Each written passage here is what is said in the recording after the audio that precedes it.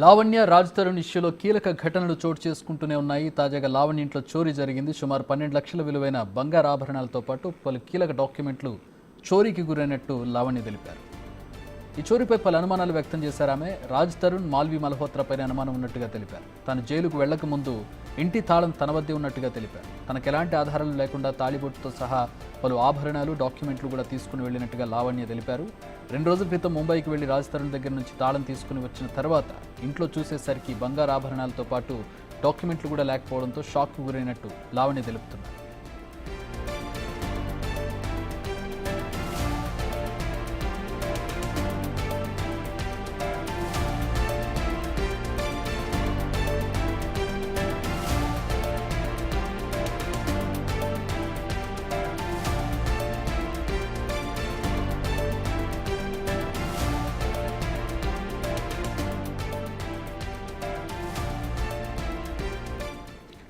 మరిన్ని వివరాలు మా ప్రతినిధి రాణా అందిస్తారు. రాజ్ తరుణ్ లావణ్య కేసులో మరొక ట్విస్ట్ నెలకొంది. నార్సింగ్ పోలీసులో తన 12 లక్షల రూపాయల సంబంధించిన బంగారు ఆభరణాలు చోరీ గురయ్యంటూ కూడా రాజ్ తరుణ్ మీద మాల్వి మల్హోత్రా పైన ఫిర్యాదు చేసింది ఇవాళ లావణ్య. అసలు ఏం జరిగింది? మొన్ననే కూడా బాంబేకి వెళ్ళింది. బాంబేలో కూడా ఆ ఎపిసోడ్ అయిన తర్వాత ఆమె హైదరాబాద్కు వచ్చింది. సడన్గా ఇప్పుడు నార్సింగ్ పోలీస్ స్టేషన్లో కేసు పెట్టింది. అసలు బాంబేలో ఏం జరిగింది? ఆమె కేసు పెట్టడానికి కారణం ఏంది? గోల్డ్ ఒక్కటే పోయిందా, లేకపోతే ఇతర వస్తువులు ఏమన్నా పోయేదని కూడా మనతో పాటు మాట్లాడడానికి లావణ్య ఉంది. లావణ్య, ఏంటి బాంబేకి వెళ్ళావు? బాంబేలో ఏం జరిగింది? మీకు లావణ్య, రాజ్ తరుణ్ కానీ మాల్వి మల్హోత్రా అక్కడే ఉన్నారనేసి ఎలా తెలిసింది? నేను ఇప్పటికీ చాలాసార్లు చెప్పానండి, వాళ్ళు ముంబైలో ఉన్నారు, వాళ్ళు కలిసే ఉంటున్నారని. ఇంకా నాకు తప్పలేదు వాళ్ళిద్దరు ఉన్నది చూపించడానికి. ఎందుకంటే రేపో మాప వస్తాడు అనుకుంటే దూరం పెరిగిపోతూ వచ్చింది. అండ్ జనాలందరి ముందు కూడా నేను ఇప్పుడు తప్పుడు దాన్ని అయిపోతూ వచ్చాను కాబట్టి అసలు వీళ్ళిద్దరూ చేస్తున్న దానివల్ల నేను ఇలా ఈరోజు ఈ పొజిషన్లో ఉన్నాను. ఈ మాల్వి మల్హోత్రా లేకపోతే ఈ మస్తాన్ అనేవాడు లేడు, మస్తాన్ కేసు లేదు, ఏవీ లేవు. మాల్వి మల్హోత్రా పరిచయం అయిన తర్వాత అండి మస్తాన్ పరిచయం అవ్వడం, నాకు కేసు అవ్వడం కానీ ఏదైనా సరే. వాళ్ళ సినిమా ఓపెనింగ్ 2022. అప్పటి నుంచి మాల్వి మల్హోత్రాతో రిలేషన్షిప్లో ఉన్నాడు. ఆ అమ్మాయి పరిచయమైన తర్వాతే మాకు క్రిమినల్ రికార్డ్స్ అంతా. ఈ రోజు రాజ్ తరుణ్ని సపోర్ట్ చేసే వాళ్ళందరూ, నన్ను తిట్టే వాళ్ళందరూ కూడా నేను ఒకటే చెప్తున్నాను, 11 సంవత్సరాలు మేము ఉన్నాం. 11 సంవత్సరాలు ఉన్న తర్వాత మాకు ఈ రోజున ఇలా నేను నెగిటివిటీ తీసుకోవాల్సి వస్తుంది. అన్ని తట్టుకొని కూడా నుంచొని పోరాడుతున్నాను. ఖచ్చితంగా నేను గెలుస్తాను అనే నమ్మకంతో. ఏంటి ఇప్పుడు వాళ్ళిద్దరూ తిరగబడిన సినిమా ప్రమోషన్స్లో ఉన్నప్పుడు రాజ్ తరుణ్, మాల్వి మల్హోత్రా ఇద్దరు చెప్పారు, మాకిద్దరికి జస్ట్ పరిచయం మాత్రమే, కో యాక్ట్రెస్ అంత మాత్రం తెలిసి ఎటువంటి రిలేషన్షిప్ లేదు. లావణ్య ఫాల్స్ అలిగేషన్స్ మా మీద చేస్తున్నది, మీ పైన సిపిఐ ఆఫీసులో కంప్లైంట్ ఇచ్చారు, ఫిల్మ్ నగర్లో ఇచ్చారు, నార్సింగ్ పోలీస్ స్టేషన్లో ఇచ్చారు. ఏంటి ఇప్పుడు అవంతా ఫాల్స్ అని చెప్పడం కోసమే ఇవాళ మీరు ముంబైకి వెళ్ళారు? అప్పుడు అవంతా ఫాల్స్ అని చెప్పడం గురించి కాదండి. ఆ కంప్లైంట్స్ చేసిన వాటికి కూడా నేను చేస్తున్న దానికి రిటర్న్ ఇప్పుడు వాళ్ళు తప్పు ఒప్పుకోలేక, వాళ్ళు తప్పు ఏదైనా ఆ రోజే ఒప్పుకొని ఉంటే ఇప్పటికి ఇంత అయ్యేది కాదు. వాళ్ళు తప్పు ఒప్పుకోలేక నా మీదకి తోసుకుంటూ కంప్లైంట్స్ ఇచ్చుకుంటూ వచ్చారు. వాళ్ళిద్దరికి సంబంధం ఉంది. నన్ను వదిలేసి రాజ్ తరుణ్ నన్ను మోసం చేసి ఆమెతో సహజీవనం కానిస్తున్నాడు. అండ్ అంటే నా నుంచి మనిషిని దూరం చేసింది ఆ అమ్మాయి, నా మనిషిని తీసుకొని వెళ్ళిపోయింది.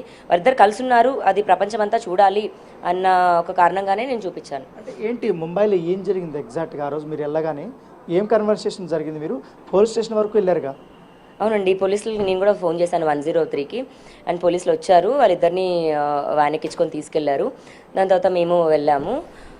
కంప్లైంట్ అన్నది అయితే అప్పటికైతే జరగలేదండి. బట్ ఆమె వాళ్ళ పలుకుబడి అక్కడంతా కూడా యూజ్ చేసింది, మమ్మల్ని చాలా బెదిరించింది ఆమె. అక్కడ ఇప్పుడు ఏంటో చూపిస్తాను, ముంబై ఎలా దాడతావు అని కూడా చూపిస్తానని మమ్మల్ని చాలా బెదిరించింది. నువ్వు మా ఏరియాకి వచ్చి ఇది చేస్తావు అని. నేను అక్కడ కూర్చున్న దాన్ని కూడా నేనేం లెగలేదు. నేను ఆమెని, ఇప్పుడు నాకు బాధ ఉంటుందండి, నా 11 సంవత్సరాలు ఉన్న మనిషిని తీసుకెళ్ళిపోతే నాకు బాధ ఉంటుంది. ఆ బాధలో నేను ఆమెను మాటలు తిట్టాను తప్ప ఆమెను టచ్ కూడా చేయలేదు. ఆమె మరి వెళ్ళి కేసులు పెట్టింది. నేను సరే అక్కడ కూడా నేను రాజ్ తరుణ్ నేను తాళంచేలు అడిగాను. మంగళసూత్రం, పుస్తల తాడు బీరువాలోనే ఉండింది. ఏం అది మొత్తం బీరువా కేసు ఆయన దగ్గర ఉన్నాయా? అది ఎప్పటి నుంచి ఉంది ఆయన దగ్గర? సో నేను ప్రిజన్కి వెళ్ళినప్పుడు నా గోల్డ్ కూడా ఏదైతే ఉందో రాజ్ తరుణ్కి హ్యాండ్ ఓవర్ చేశారు. అది బీరువాలో పెట్టేసి అప్పటి నుంచి తాళంచేలు రాజ్ తరుణ్ దగ్గరే ఉన్నాయి. నేను ప్రిజన్ నుంచి బయటకు వచ్చే లోపు రాజ్ తరుణ్ ఇంట్లో నుంచి లగేజ్ తీసుకొని వెళ్ళిపోయాడు. ఆ తర్వాత ఆ రోజు నుంచి నాకు బ్లాక్ అతను.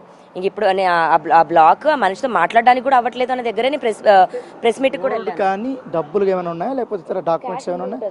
ఎంత వరకు ఉండింది మీది మొత్తం మీకు ఎస్టిమేషన్? నేను పెట్టిన క్యాష్ అయితే నాకు తెలిసి 1 లక్ష వరకు ఉండిందండి. గోల్డ్ మేము కొన్నప్పటికి 12 lakhs అండి. దాని రేంజ్ పెరిగి ఉంటుందా? ఇప్పుడు ఖచ్చితంగా పెరిగి 10 సంవత్సరాలు అవుతుంది కదండి. మేము కొన్నప్పుడు మా బిల్స్ కూడా అన్ని దాపెట్టాను నేను. మరి బాక్సులు తీసుకొని వెళ్ళిపోయారు. అవన్నీ గోల్డ్ అంతా మొత్తం నీదేనా? గోల్డ్ అంతా నాదే అండి. పుస్తల తాడు రాస్తారు కొనిచ్చాడు, మిగతా గోల్డ్ అంతా మా మమ్మీ కొనిచ్చారు నాకు. బిల్స్ ఉన్నాయి, బాక్సులు ఉన్నాయి, బాక్స్ లోపల గోల్డ్ లేదు. అవంతా అక్కడ పెట్టారు, ఇప్పుడు కనిపించట్లేదు. నిన్న ఎట్లా తెలిసింది? అక్కడ నుంచి కీస్ తీసుకొచ్చిన తర్వాత ముంబైలో కీస్ ఇచ్చాడు నాకు. కీస్ తీసుకొని ఓపెన్ చేద్దాము పుస్తల తాడు అని చెప్పి చూస్తే లేదు. మరి నా పుస్తల తాడు తీసుకొని వెళ్ళాల్సిన అవసరం ఏంటి రాస్తారునికి? అంటే ముందు నుంచి ఇంకా ప్లాన్ చేసుకొని ఇంకా వద్దు అని తెంచేసుకుందామని వెళ్ళిపోయాడు. నేను ఇంకా ఇప్పుడు ఏం చేయను, కంప్లైంట్ ఇవ్వడానికి వచ్చానండి. నేను కంప్లైంట్ రాసిచ్చాము. మాల్వి మల్హోత్రా తాళం చేలు మాల్వి మల్హోత్రా కబోర్డ్లో నుంచి తీసి ఆమె జేబులో పెట్టుకుంది. ఆమె జేబులో నుంచి రాస్తారునికి ఇస్తే రాస్తారుని వెళ్ళేటప్పుడు నాకు తాళం చేలు ఇచ్చాడు.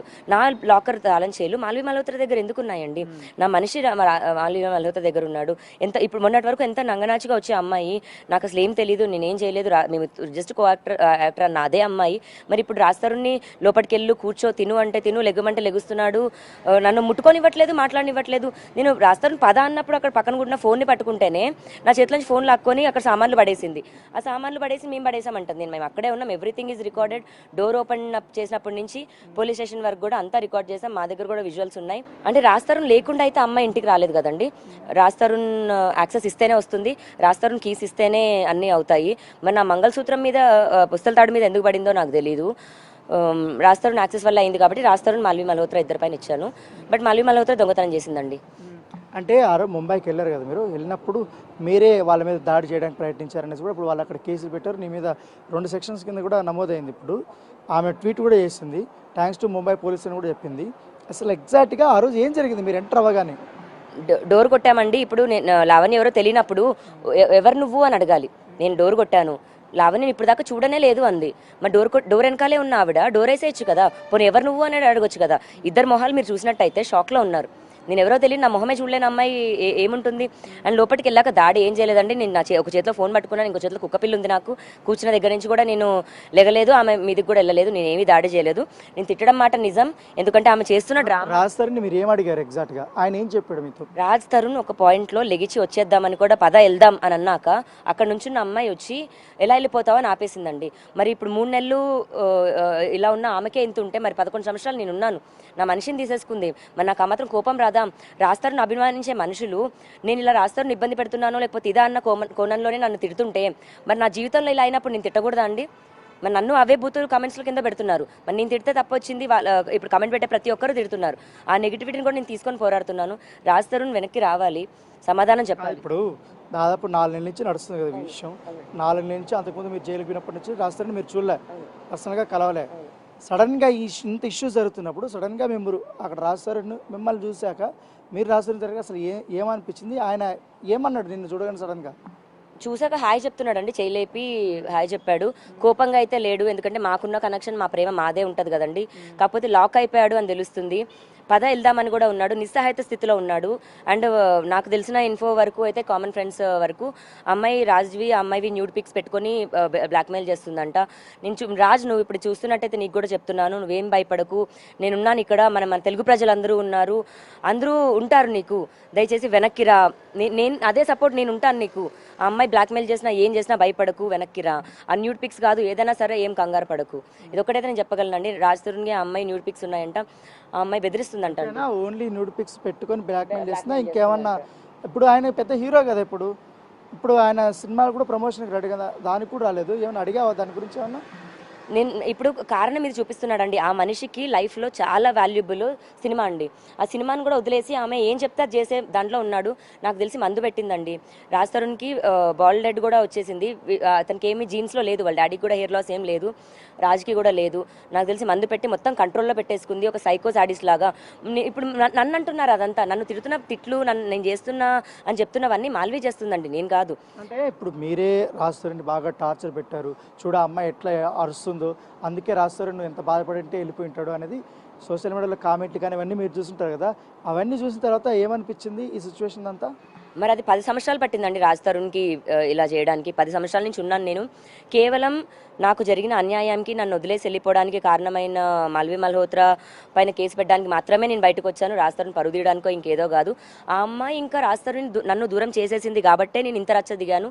కేవలం రాజ్ తరుణ్ని వెనక్కి దక్కించుకోవడానికి నేను దక్కించుకొని తీరుతాను. అతను నమ్మి నేను అడుగు బయటేశాను. అతనితోనే నా ప్రాణం, అతనితోనే ఉంటానండి నేను. మీరు ఇప్పుడు కన్ఫామ్గా గోల్డ్ మాల్వి మల్హోత్రా దగ్గర ఉందని మీరు అనుకుంటున్నారా? మా ఇంటికి వచ్చిందండి అమ్మాయి. 3 days ఉంది మా ఇంట్లో. నేను ప్రిజన్లో. మిగతా ఎవరైనా వచ్చిండొచ్చు కదా మీరు లేనప్పుడు? లేదు, మా తమ్ముడు ఉన్నాడండి. మా తమ్ముడు కూడా చూశాడు. మాల్వి మల్హోత్రా రాజ్ తరుణ్ వచ్చారు, మా రూమ్లోనే ఉన్నారు. అండ్ కీస్ కూడా రాజ్ తరుణ్ యాక్సెస్ ఇస్తేనే అవుతాయి. ఎందుకంటే కీస్ ఆయన దగ్గర ఉన్నప్పటికీ కాంబినేషన్ పాస్వర్డ్ రాజ్ తరుణ్ చెప్తేనే అవుతాయి. ఇంకా నాకు రాజ్ తరుణ్కి తప్ప మూడో వ్యక్తికి పాస్వర్డ్ తెలియదండి.